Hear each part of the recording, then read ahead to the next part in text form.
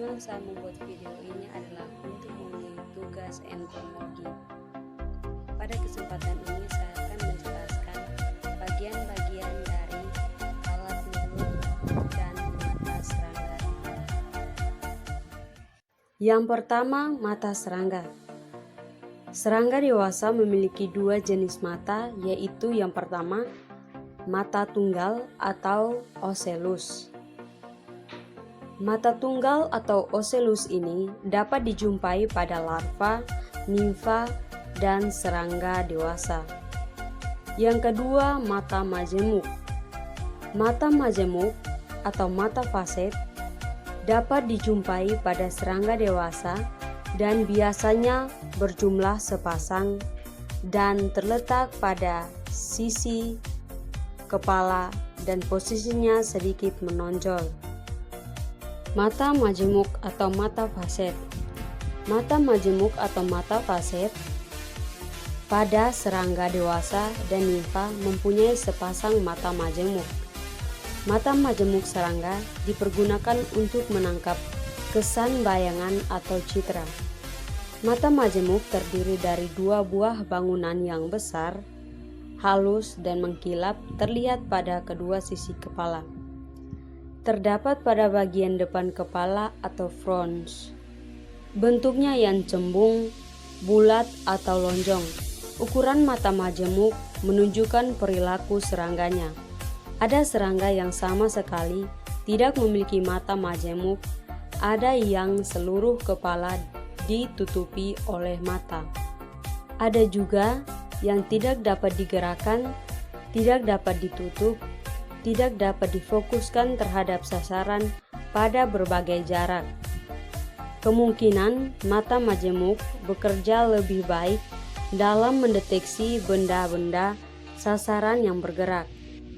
Pada permukaan sebelah luar terdiri dari banyak bidang-bidang yang berbentuk heksagonal seperti faset dan biasa disebut omatidium.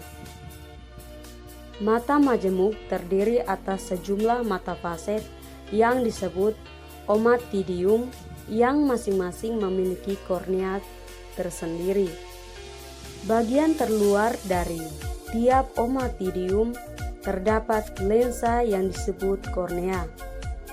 Umumnya lensa kornea dari mata faset ini bentuknya heksagonal.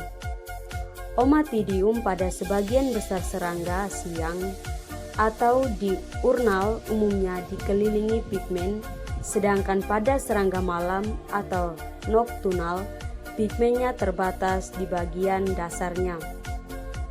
Pada beberapa serangga penyebaran atau perpindahan pigmen dapat terjadi tergantung dari kekuatan cahaya yang tertangkap.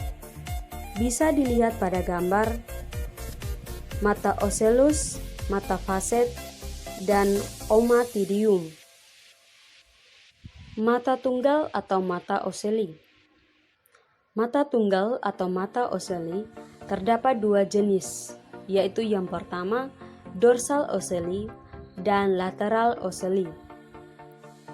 Dorsal ocelli merupakan perintis dari mata majemuk serangga dewasa yang terdapat bersama mata majemuk pada serangga dewasa atau nimfa, yang jumlahnya 3 buah yang terletak pada vertex. Fungsinya untuk menangkap intensitas cahaya. Contohnya Collembola, Tisanusura, dan Siponoptera. Lateral ocelli, mata serangga dewasa karena tidak mempunyai mata majemuk. Jumlahnya bervariasi yaitu 1-6 buah atau lebih. Terdapat pada gena yang berfungsi untuk melihat, yaitu menangkap bentuk dan warna. Contohnya ngengat mempunyai 2 buah di dasar antena. Kupu-kupu tidak mempunyai ocelli. Ocelli atau ocellus terdiri dari satu kornea, lapisan korneagen, dan selapis sel indera yaitu retina. Kemungkinan ocellus hanya dapat menangkap gerakan dan tidak dapat menangkap gambaran benda yang dilihat dengan nyata. Pada serangga yang metamorfosisnya sempurna, ocelli lateral merupakan perintis dari mata majemuk serangga. Jumlah ocelli umumnya bervariasi. Perbedaan antara mata ocelli dengan mata majemuk. Yang pertama, dibentuk oleh lapisan kutikula yang mengeras dan transparan. Yang kedua, kornea berbentuk cembung yang di bawahnya terdapat sel-sel korneagen dan di bawahnya lagi sel-sel retina. Retina terdiri atas sekumpulan saraf sensoris yang mengelilingi rabdom atau lensa optik. Pada mata faset, fungsinya untuk melihat bayangan yang terdiri dari omatidium dan omatidia. Mata tunggal berfungsi untuk mengetahui intensitas cahaya. Dan yang ketiga, stema, hampir sama dengan mata faset, yaitu untuk melihat bayangan. Cara pembentukan bayangan pada mata serangga.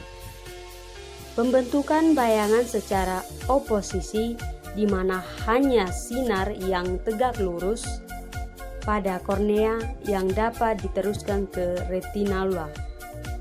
Pembentukan bayangan secara superposisi di mana semua sinar yang masuk ke dalam mata dapat diteruskan ke retinula.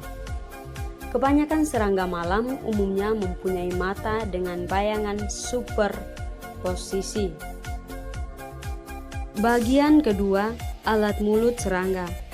Alat mulut pada serangga terdiri dari labrum, mandibula, maksila, dan labium. Alat mulut serangga mengalami modifikasi sesuai dengan cara memperoleh makanan.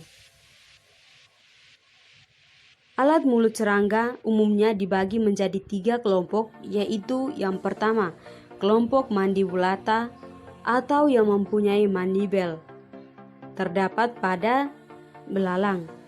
Yang kedua, kelompok haustellata atau yang mempunyai haustellium yang terdapat pada kepik dan nyamuk.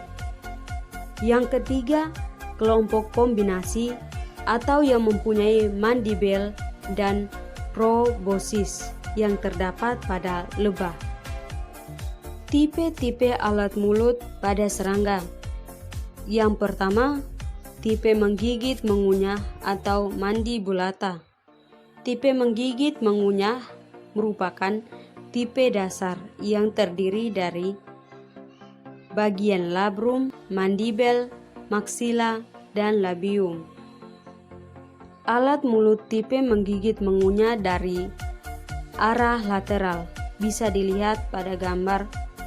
Terdapat labium, palpus labium, maksila, mandibel, labrum, dan clipeus. Bagian-bagiannya.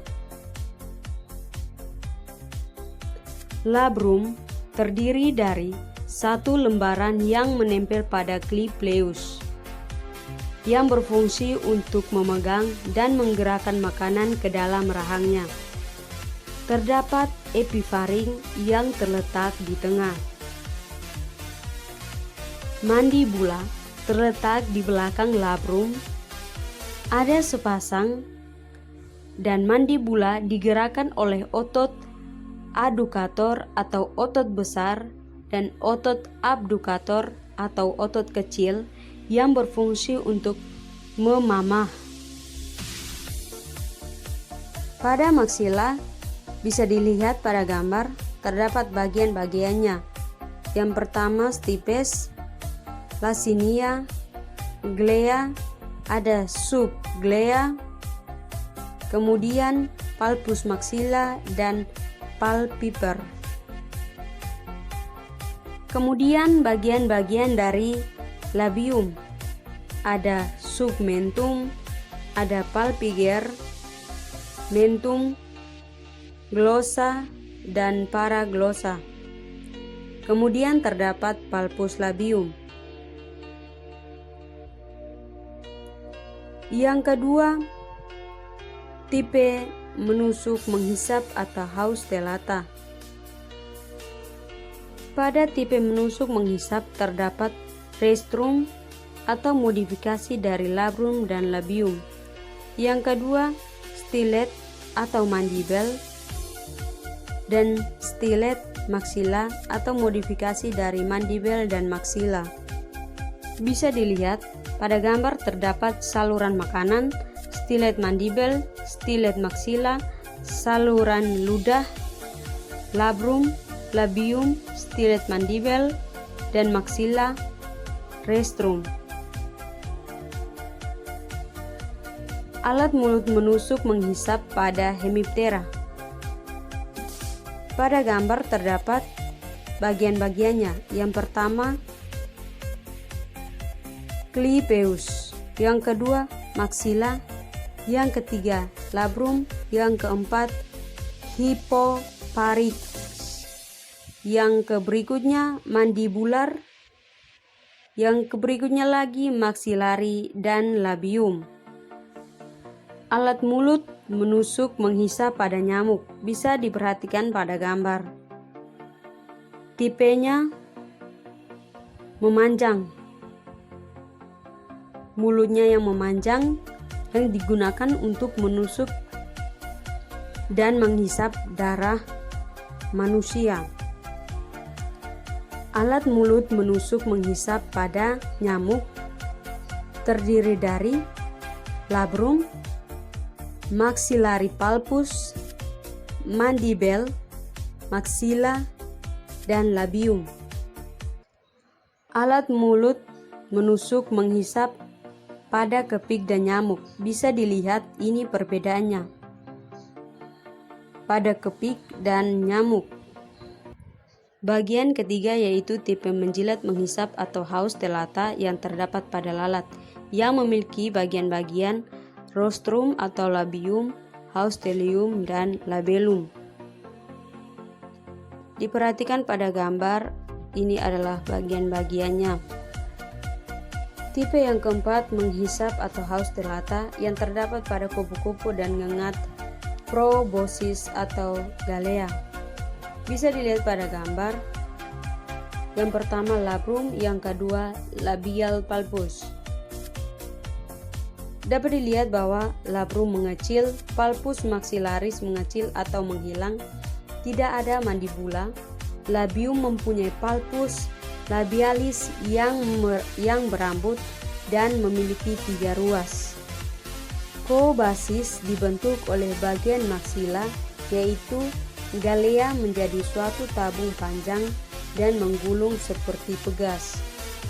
Proboscis tidak dapat dipergunakan untuk menusuk kulit binatang, epidermis daun, ataupun buah dan biji. Contohnya ngengat dan kupu-kupu. Bisa dilihat pada gambar tipe alat mulut menghisap ngengat ataupun kupu-kupu. Yang kelima, tipe meraut menghisap atau haustellata. Terdapat pada thrips. Pada tipe meraut menghisap terdapat labrum, labium, palpus maxilla, palpus labium. Yang kemudian terdapat stilet mandibel kiri, stilet maxilla atau satu pasang. Tipe meraut menghisap pada thrips. Bisa lihat bagian-bagiannya. Yang pertama labrum, mandibel stilet, maxillary stilet, maxillary palpus, labium, labial palpus. Tipe meraut menghisap pada thrips dapat dilihat juga pada gambar ini. Stilet mandibel kiri, stilet maxilla, palpus maxilla, labium, dan palpus labium. Tipe yang keenam menggait menghisap atau mandibulata yang terdapat pada larva lalat. Bisa dilihat pada gambar. Seperti ini bentuknya. Tipe menggait mengisap pada larva larat.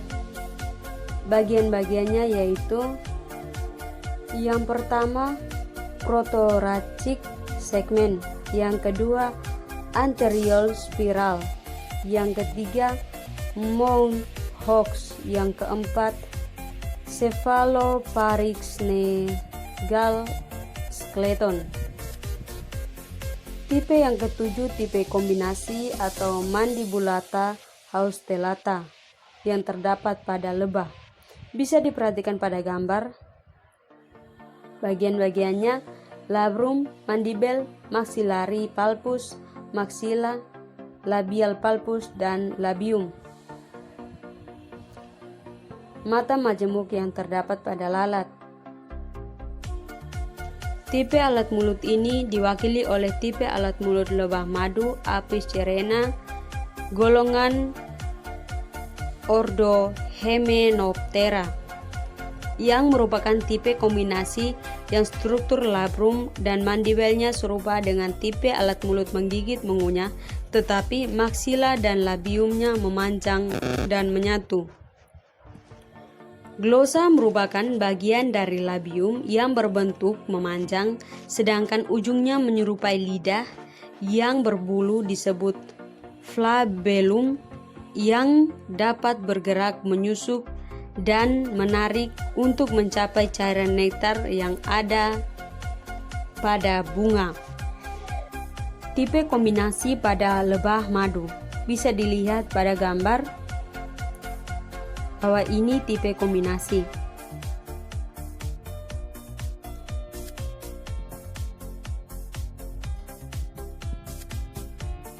Modifikasi mandibel pada alat mulut Chrysopidae atau Neuroptera dan udur-undur atau Neuroptera Myrmeleoninthidae.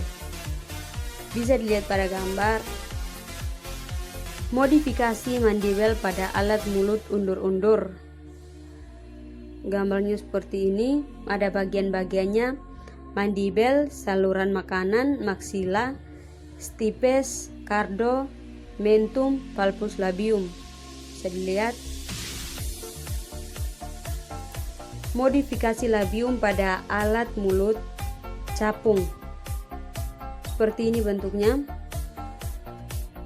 Ini terdapat labium, labrum. Seperti ini bentuknya.